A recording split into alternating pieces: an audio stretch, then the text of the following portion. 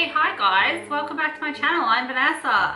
Today I'm going to be talking about the ghost that lives in my fucking house. So I'm just going to start with this dollar wine, the glass of dollar wine, because this subject fucks me up.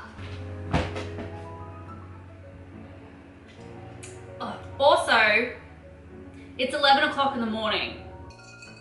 No, it's fine. I've chugged a lot of shit in my day.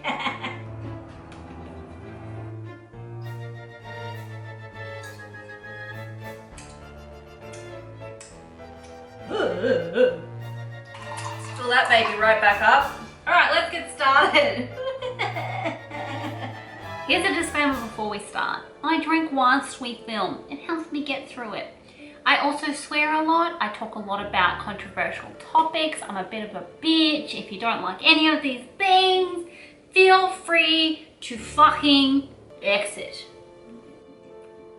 Today, we're going to be talking about the ghost that lives in my fucking house, who we've called Ghost Bitch. But we're fine now. Me and Ghost Bitch, she lives back there in that corner. I'm going to show you why she lives back there in that corner, and like how I know she lives back there in that corner.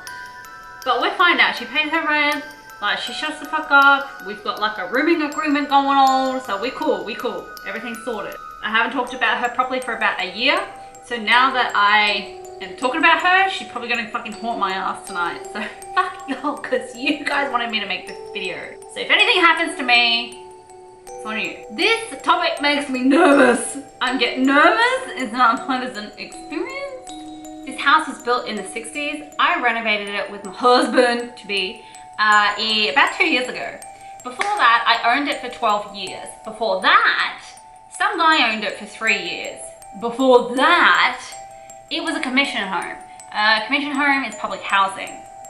So this house was used for low economic families, people that live below the poverty line. The government would give this house to people either for free or for a very little money to live in. When we were renovating this house, nothing like creepy was going on. So when I was renting this for like 12 years, I'm 100% sure nobody was murdered in this house. 100%. The guy that lived there before me, I'm almost 100% sure he did not murder somebody. The public housing prior to that, questionable. We don't know when the fuck the person was murdered in this house. It does not show up on any records because I don't think it was ever fucking discovered. I don't think it was discovered. I cannot tell you enough how I don't think this bitch was discovered. When we're renovating, we're pulling up all the carpets and everything like that. This room that I'm sitting in right now, this was a bedroom. And where I'm sitting right now, like from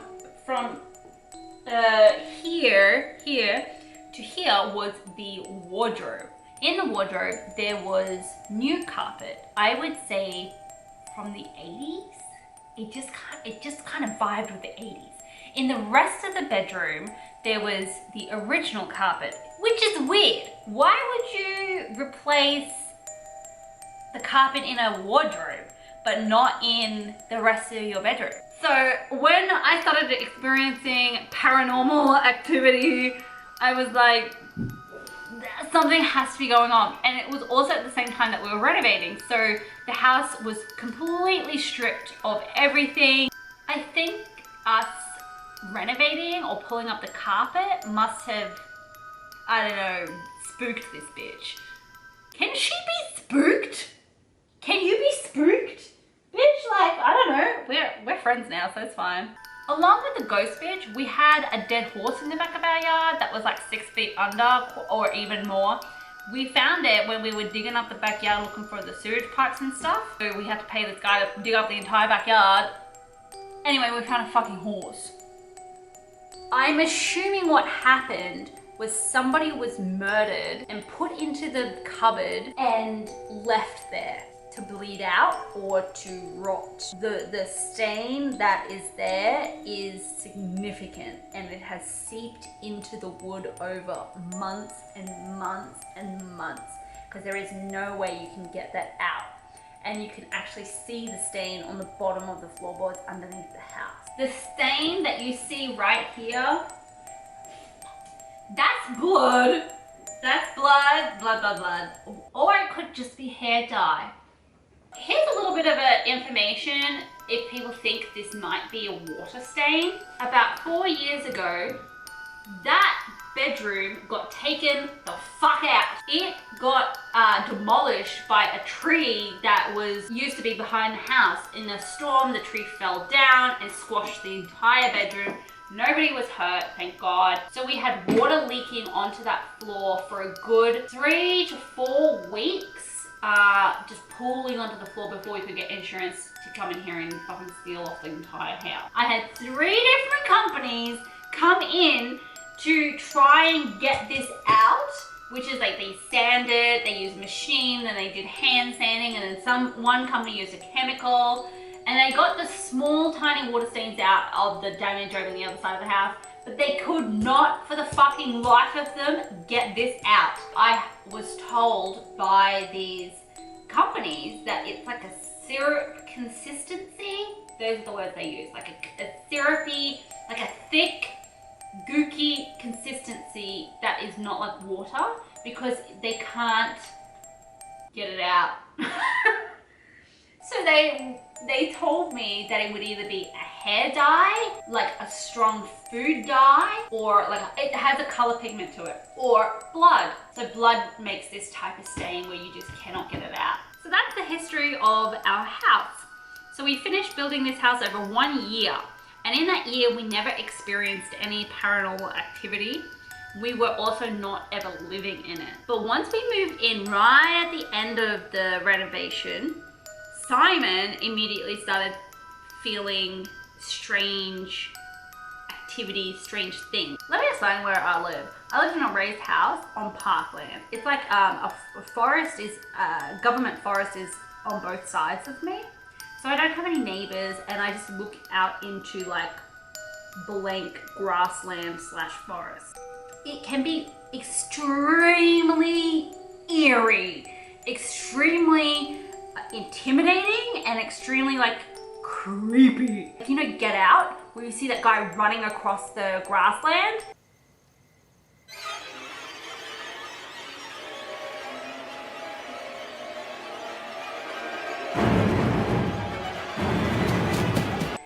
exactly kind of what my house looks out onto. And this house is elevated, so underneath it I have what we call a basement? I don't know, but it's like a meter of just space and then dirt, and then here's the floor. So when you go downstairs and you have a look, it looks creepy as fuck. I cannot express to you how creepy the under of my house looks.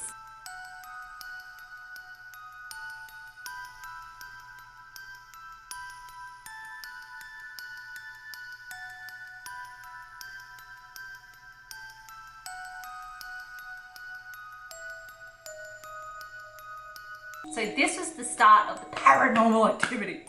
The first night, Simon was tossing and turning like a motherfucker. He was like so restless and he was sweating so much. So when he woke up, he said to me that he had a really bad night's sleep and that he felt really scared. It's really rare for him to feel intimidated or scared. So when he said that he felt like he feared for his life in his sleep, that it was just bizarre. He said like he woke up and his hands were clenched, and he said like his entire sleep he was cold sweating, and he remembers that, and he remembers feeling really petrified and really uncomfortable, but he couldn't wake up. And I said, oh, it sounds like night terrors or like sleep paralysis. And we put it down to being in a new house that's like quite scary. And that in itself made me wonder, like, is he okay? Like, I felt bad for his mental health more than thinking something's wrong with my house. And I was concerned about him because he himself seemed quite worried. It's like me saying I'm scared. I ain't scared of nothing. Like, stab me, bitch. The second thing that happened was I heard somebody laughing. So one day I'm just laying in bed with Simon and I hear this giggle, like this specific fucking, oh my God, I'm getting the goosebumps, bitch, stay back. I don't want to sage your ass because I fucking will. Like a tween? Are you a tween? I don't know, bitch, but you better stay back there. A tween giggle, like a And it was clear as fucking day, as if it was like on the TV in front of me, like clear as day. And I was like, Simon, babe. He's like, what? I was like, are you playing something on your phone? He was like, no. And he showed me his phone, and it's like just his game that he normally plays. And I was like, where did that sound come from? I'm getting so nervous. This bitch is gonna haunt me tonight. I'm gonna cry. If anyone that follows me on Instagram knows, like, I'm a bad bitch. Like, I will bash people, I will stab you. Like, I go up against gangsters and drug lords and fucking mafia. And then this little giggly laughing bitch is in my house, and I'm like a melting fucking pancake. Yeah, I heard the laughing and I was immediately like,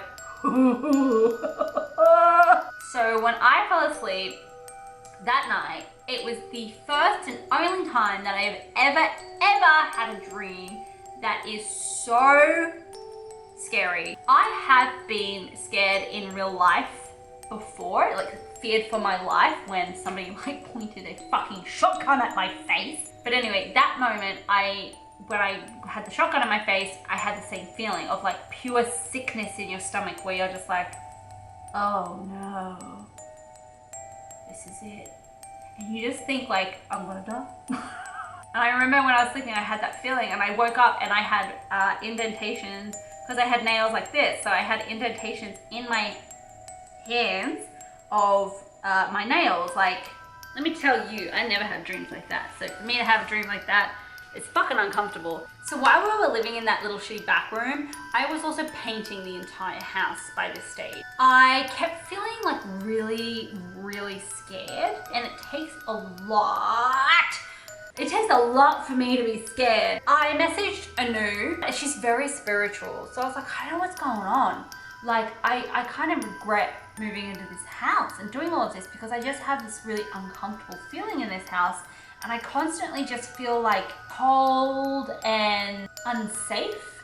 I can't really put a label on it. I don't even know what to call it. It's just like, you know when you go into like, maybe like an empty warehouse or an empty large room or a dark place and you're suddenly like, I don't know what's going on, but it doesn't feel great in here. And just such an uneasy feeling. And she was like, oh, well, I think it might be the podcast that you're listening to, because I was listening to like murder mystery podcasts. So I don't think I was like helping myself in this situation. Because she would like, every time I listened to them, Anu said that I would open myself up to negative thinking. And the negative thinking would encourage her to be like, that's my cue, like let's jump on this bitch. That is not your cue today. Simmer down. The next thing that happened involved my dog. He is a protection dog. I literally got him for protection. He is trained in protection. He is the breed that they use in the military and the police for those types of things. He's also trained in scent detection. He is exceptionally good at protection. But when your dog starts to act up, and I have video evidence of this dog acting up,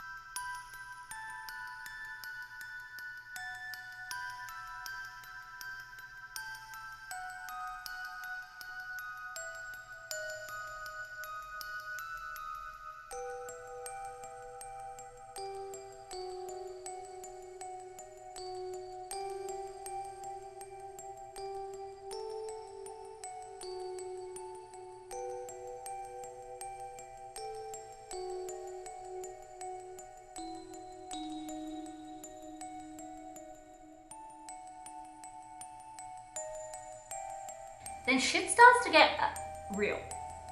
So we were alone in our bedroom, our door closed, and suddenly I hear footsteps.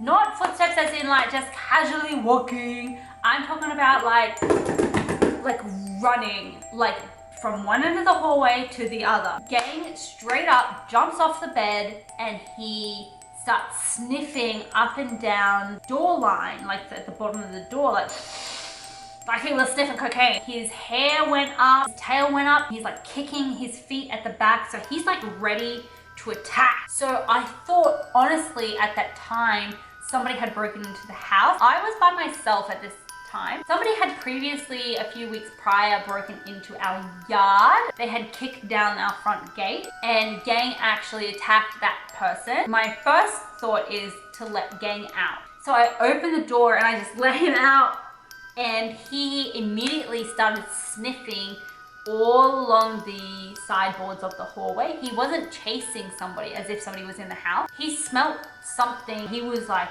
hunting something. And he's like following it down the hallway, and he's following all around the edges of the rooms. And then he comes and he stops at fucking that point right there. Right there, right there, right there, bitch. Stop that, you bitch. Fucking bitch. I trust my dog more than anyone or anything. And then the next thing happened. I was home alone again. I hear kind of steppy, footy, scratchy sound. Gang again starts barking and like scratching at the door and like sniffing. I messaged my group chat and I was like, there's something really up in my house, hey. That night, I just again felt the really uneasy, uncomfortable feeling coming over myself, and a really cold, like somebody's looking at me kind of feeling. And I cannot express how much it takes for me to be scared, because like if somebody's like, literally this has happened, people have had knives in front of me and I'd be like, stab me, do it, bitch. Like, do you know what I mean? And then like for this to make me scared, it says a lot. And so gang was going off and I started messaging my friends and I was like, I don't feel so uncomfortable. Because of this weird, by the way, I just want to mention, because of this weird shit was happening, I put in a security camera that was facing this corner. The security cameras are Arlo, so they ping off when there's motion. So it pinged off like a couple hundred times, I think. It was exceptional amount of time. It pinged off in this corner an exceptional amount of times that night, and I kept looking at the footage and there was nothing on it. It was empty. Oh, it makes me so sad and uncomfortable. It was empty. The videos were empty. There was nothing in them. But it was like hundreds of times that it was like motion detected, motion detected, motion detected, and it kept pinging off. And I was like, bitch, no, I don't want to die today. And so I messaged the group chat and I was like, yo, this shit going down today. Anu, bless her soul, she was like telling me what to do. She's very spiritual, she knows what she's talking about. When they can feel that you're scared, they're gonna feed off that energy because they need energy to survive. I was like, girl, but I am scared. And she's like, well, they're not gonna ever do anything to you. They're just gonna fuck around with you like this because that's what they enjoy, and they feed off of like whatever energy you're giving out. So if you're giving out this really scared feeling, they're obviously gonna be like sucking that the fuck out of you and being like, that's their fuel. When I'm talking to them, I am checking my security cameras. I have security cameras all over my house. Then suddenly my Wi-Fi goes down while I'm talking to my friends. And I'm like, oh my God, my Wi-Fi went down. My Wi-Fi never goes down. I've never had it go down prior or since that time. And then I was like, oh my God, my Wi-Fi is down. All this time, gang is running around the house trying to chase something. And Anu is trying to tell me to stop being such a little bitch and to just like man up and be like, fuck this shit. And then my Wi-Fi comes back on. My cameras come back on. And then all my cameras are red. They're all red. I don't know why they're red. I don't know how they got red. It's the devil himself. And these are all red. I can't. So Anu was like, you realize like this is the most you can do, right? So you being scared right now is giving her exactly what she wants. So you need to just shut her up and be like, I ain't fucking having it. That really changed my mindset about what was happening, because like, I don't know, I have no explanation for like why this shit was happening to me. So I didn't sleep that night at all. And the next day I followed Anu's advice. I stopped listening to the Murder Mystery podcast. I stopped being scared of her. I changed my mindset about her. And I'm thinking it to her because the laugh was a girl laugh. I stopped like thinking she was going to get me or something more was going to happen. And I asked Anu to come over and do cleansing of my house with sage. Came over and she cleaned my house. So she put on some specific music. If anyone wants the details of how to cleanse a house, please let me know. I can put that up. Then after that, I actually didn't have any issues. There was no weird sounds, there was no weird feelings. And Anu did have a good solid chat with me about like my attitude towards her. So now, sometimes weird things do happen where there will be a weird sound of like a specific voice in the corner, or not saying any words or anything, but more just like and or I'll hear scratching sounds like, or gang is probably the biggest indication that something is wrong at that specific moment. He only ever acts like that, concentrated and that focused on that fucking corner. Yeah, I don't know why he does this. He just loves me. He just wants to dominate me or protect me, I don't know. So since all of that has finished and I've come to terms with I live with a ghost, she's calmed down a lot. I think I have developed a relationship with this bitch. Sometimes when Gang acts strange, he will go and sit and put his face right on the stain and he'll just stare at it for hours until like 4 or 5 a.m. And that's how I think I know she is out and about or she's trying to do something. And then I will actively try to talk to her like every single time. I'll be like, girl, like we ain't doing this today, you know, like I got a busy day tomorrow. Like if you want some type of energy or you are trying to get some type of like, if you're bored, like just tell me. I'll like entertain you. Do you want to watch YouTube? Like, girl, you want some popcorn? Like, what you want? Do you know what I mean? Do you know what? She's still about. She's still here. I can feel shit. It's still weird. Gang feels it all the fucking time. But like, she ain't trying to kill me no more. We're just friends now. And so that's how I became friends with the ghost in my house. And 100% this ghost, because somebody was murdered in that corner, 100%. You're like from the 60s, so like, your fashion back then would have been bomb as fuck, but your attitude is bad.